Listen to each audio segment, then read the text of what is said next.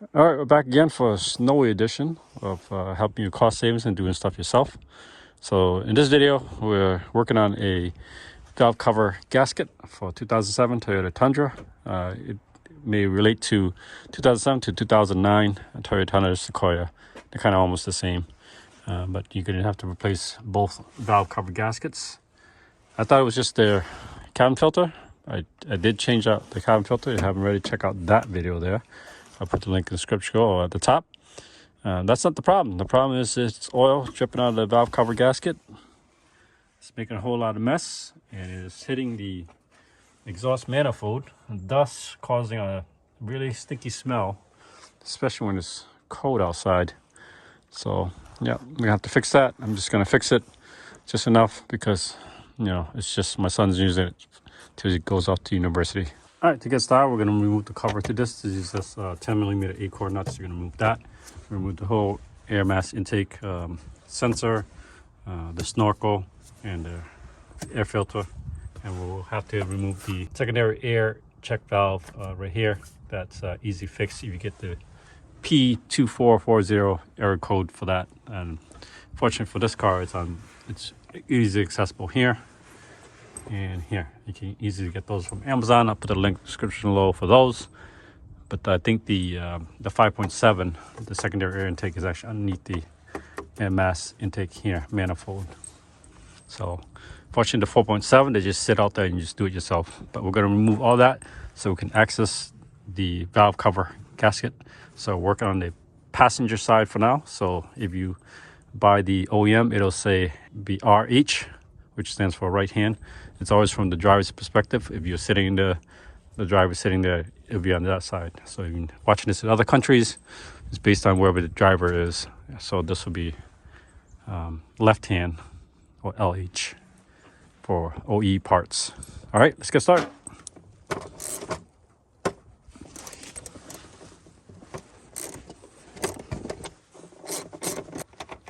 And I usually try to put the bolts where I found them. I did change out the primary air intake, which is underneath this air mass manifold. If you want to check out that video, I'll leave that link in the description below.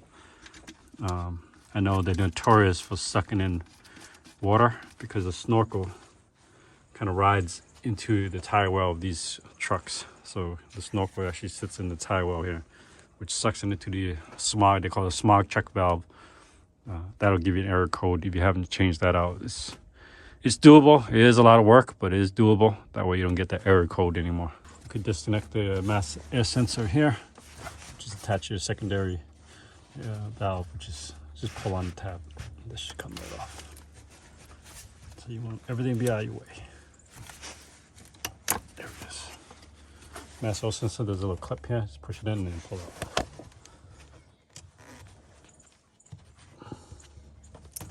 There it is. Here. This one attached to here, right there. Underneath here is some wiring. Let's see right here. Mine broke, so I just fast strapped it. So I'm gonna release that, cut it, and then release the snorkel. So this thing is being stubborn. This is kind of stuck in here. Just work it out. There you go. Throttle looks good. Pretty clean there, gotta say. So 8 bolts to hold the valve cover in. Here's the last one, number 9. And there's a sequence to torque these. You want to snug them down, but you always want to torque them down. So let's unclip that and clip that. And we'll take this 10mm off just to be complete and move this out of the way so we can get this valve cover.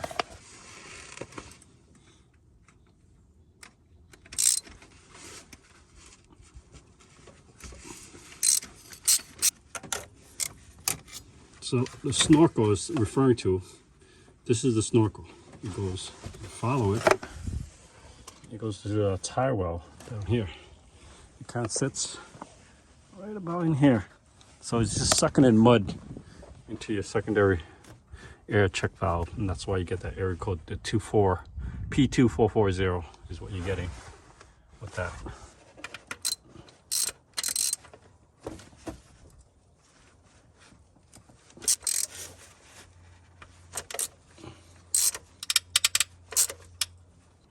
total of 4 spark plugs on this side. We'll get the other one. So there's a heater bracket. This is your heating coil. This only has one because this is a single cab.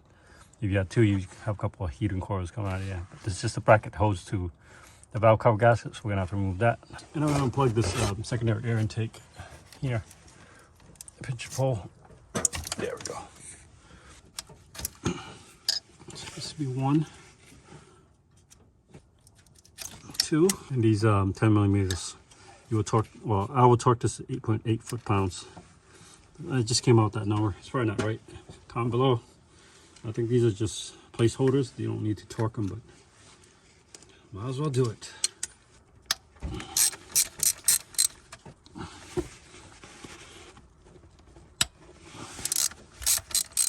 I'm gonna keep moving on. I'm gonna take the secondary intake, secondary air check valve out, and because this is aftermarket, the bolts are not the same. I think the standard OE is 12, but this is gonna be 13 because it is aftermarket. That's the reason. Here's the bracket for the heating coil.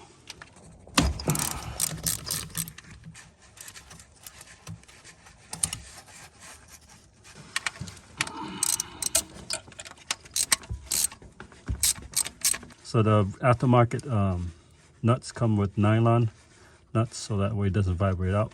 That's why it's taking me longer. So those are nylon nuts. So this should be a bolt. See, that's a bolt. Like I said, it's good because we need to get to this here. So this is a 10 millimeter that's holding everything in.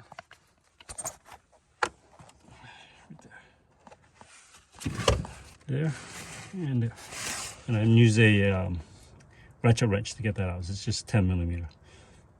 And mine comes already with a metal gasket. You can see that's the aftermarket brand. The OEM comes with a metal gasket plate, like so. Start wiggling. There it is. I put a 12 there. I put it all the way ahead so I can have some leverage.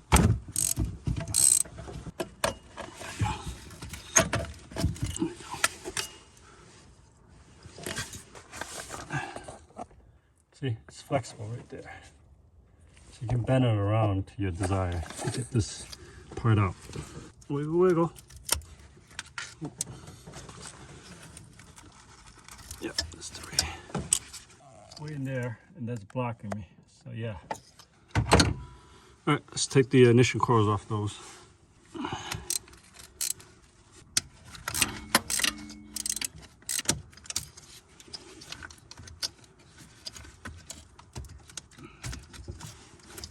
So it gives us a little bit of working room. That way it moves. And these don't feel that tight, so it'll be 9 of them altogether. 4 at the top, 4 at the bottom. The 9th one's right here.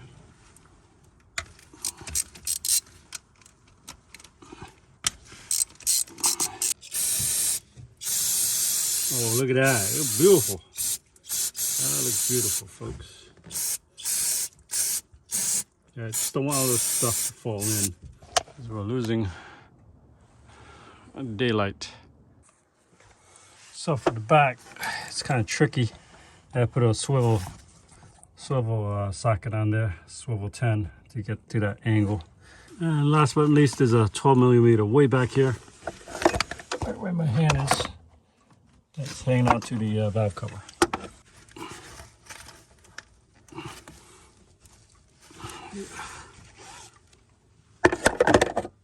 Persuader.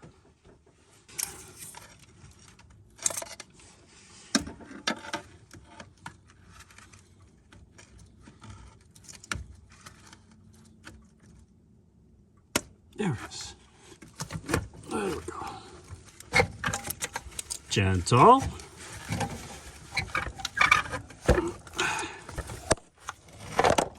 I will clean this up a little spray. I'm not gonna scrape all this stuff. I'm gonna replace the seal for the ignition, spark plug ignition. So I'm gonna pull these tabs back, pop these things out. But here's the old gasket. It is kind of, let me pop this up. Let's see, this is the culprit.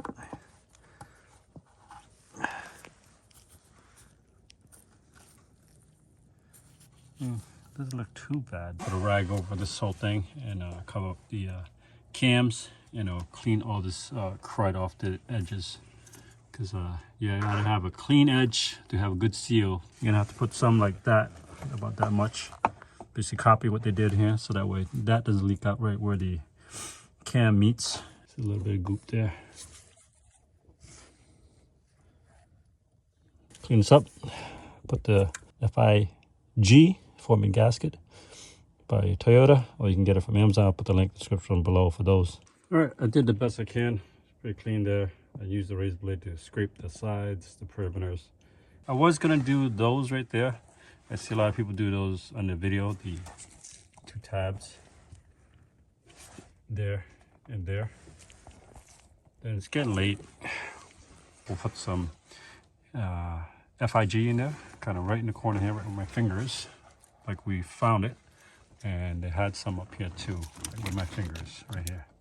So you can put a little dab there, extra dab, just because this seems like that's where the fluid seems to pool. All right, so I find the easiest way to get this off. What you want to do is bend these tabs back right here, all those tabs, so I kind of have bent a little bit back, and you just flip it over. I tried using pliers to get it out, end up breaking the seals. See the lip? It's right there. Like kind of at an angle. You can, actually, let me try to push it down. Nope.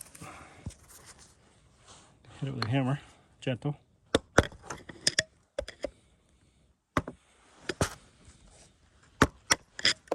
See? It just popped right up. All right, I was able to put the seals back on. This is the ignition spark plug seal for the heads. So make sure you always put it back the right way. So like I said, we looked at the video last time, was the lettering goes on the bottom, facing down, and then the other part faces up. And then the new seal's in. So this is from Toyota. Make sure you put the right one, the correct side. You want to use, here's the stock number for it. And it says right hand, or RH, which means it's on the passenger side. That's what you want to do. Make sure the gasket's in. 7 foot-pounds. So 84 inch-pounds, or 9.5 Newton-meters.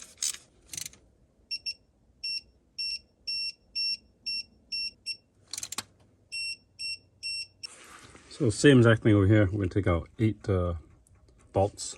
First I'm going to loosen this. I hate things being in my way. Just move it up and over.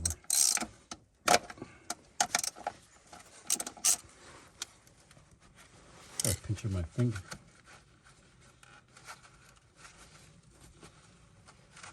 That's the PC valve. I'm going to take it from here too. So I hate stuff being in my way. EGR valve. So I'm going to disconnect that. Probably don't need to do it, but I'm going to do it. Take that away. Retaining clip there. Retaining clip there. I popped off the EGR sensor cable, the tubing, and the grounding wire. All gone. And I popped off the secondary air check valve. That's off. And then slowly we'll work all these ignition coils. 1, 2, 3, 4 in the back. You haven't seen that video where I did strip the spark plug in this thing? Just check out that video. It had to tap and rethread the whole thing. It's doable. Very doable. There we go. All right, I'm going to remove the insulation for this PCV valve to cover. That's all it is.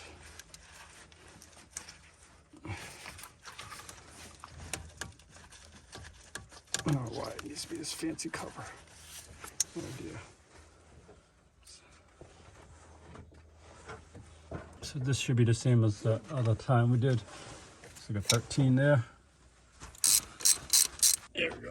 Secondary air check valve. So we'll talk this back to spec, 8.8 foot-pounds. I mean, I don't see people talking, but might as well do it right. All those 4 are out. We'll work on the bottom 4. Get the idea. I'm not going to tape the whole thing. So again, same exact thing. We're going to pop these seals that for the spark plugs, pop them from here down, get those out. Make sure you peel these tabs backwards. All right, that was it. So we're able to change out the valve cover gasket on both sides. The OE part's about 35 USD dollars. So on both sides, so about $70. Like I said, you can get these from Amazon. It's up to you what you want to use. Don't let me tell you what to do. But you do use the link in the description below, no cost to you. You can get the parts that you need for these cars. So this would have cost you USD as far as getting this done at a garage. But we're to do it ourselves in the cold. It's freezing, it's snowing. So I appreciate you guys watching these videos and subscribing. You have to make a comment below or the kind of content you want me to kind of make there. So I'll see you next video. Appreciate everybody watching these videos.